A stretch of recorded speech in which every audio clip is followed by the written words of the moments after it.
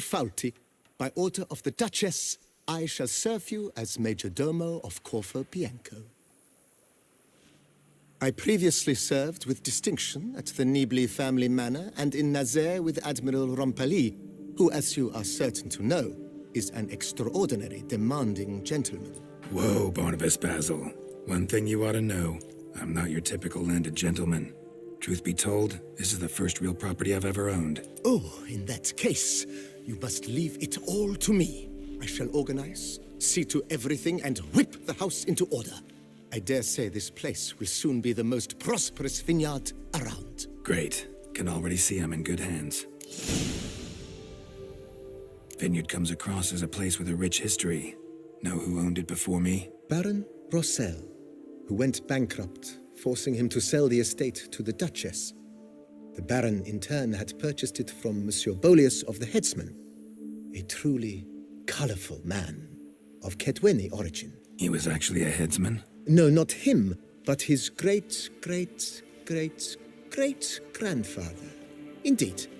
Apparently, he was a common cut-purse who somehow secured for himself the post of ducal headsman in Beauclair. Went about his work with an exceptional penchant. They say he chopped off more heads than there are grapevines in the ducal vineyards. He never hesitated, not once. Never sliced unevenly, never botched a job.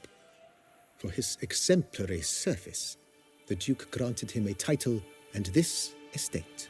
Monsieur Bolius, on the other hand, was an engineer in his younger years.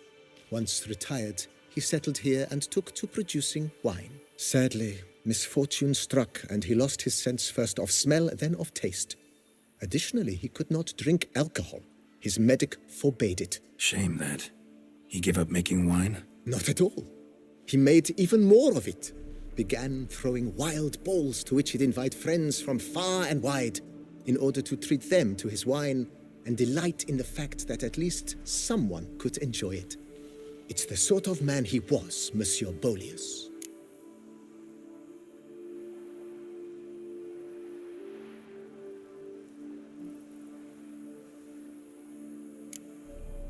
Mind giving me a little tour de Corvo Bianco? Not in the least. Follow me, please. I think it would be practical to begin on the hill.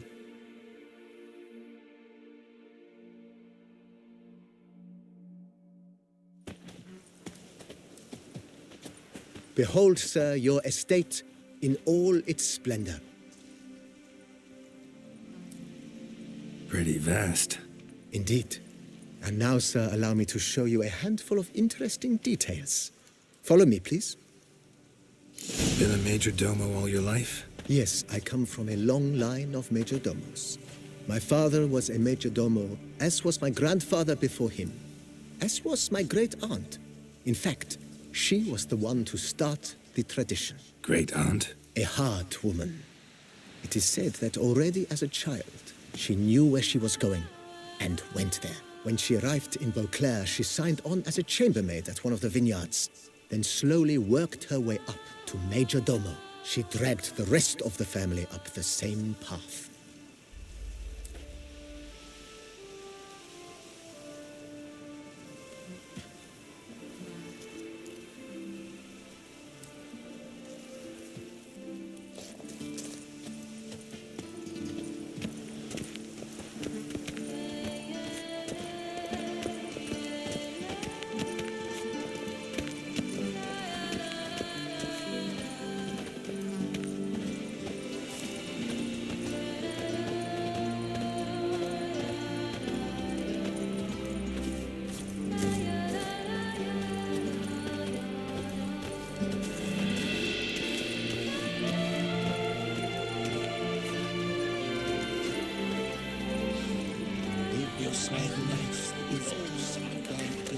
The servants' quarters.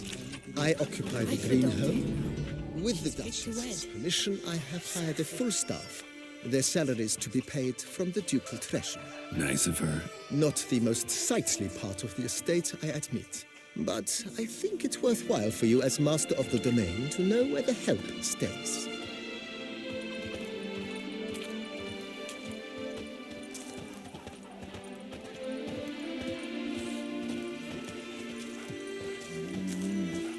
Baron Rossel ordered the vines in this part of the estate uprooted and olive groves planted in their place. They look beautiful, especially come spring. Don't look at all bad now, either.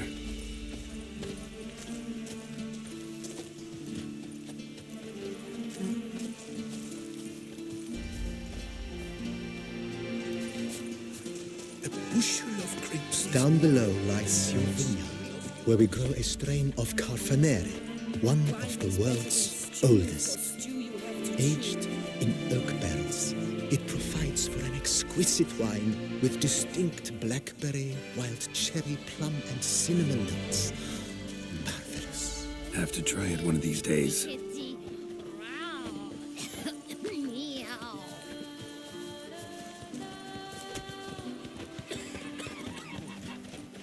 Nice well. Picturesque. Yes, though it ran dry long ago. During the raucous feasts Master Bolius held, he would order it filled with wine. There's a tale about a guest attending a Bolius school for the first time and thus unaware of the custom. He had suffered great heartbreak and had decided to end his life by jumping into the well. The festivities were coming to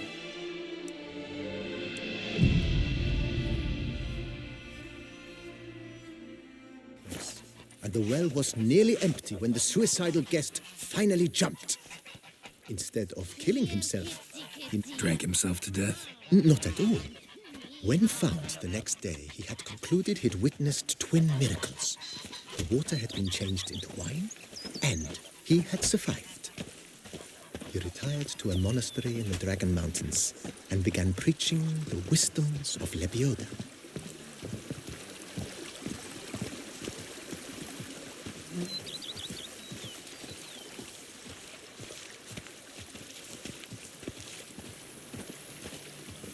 Monsieur Bolius' wife Nina kept a garden here.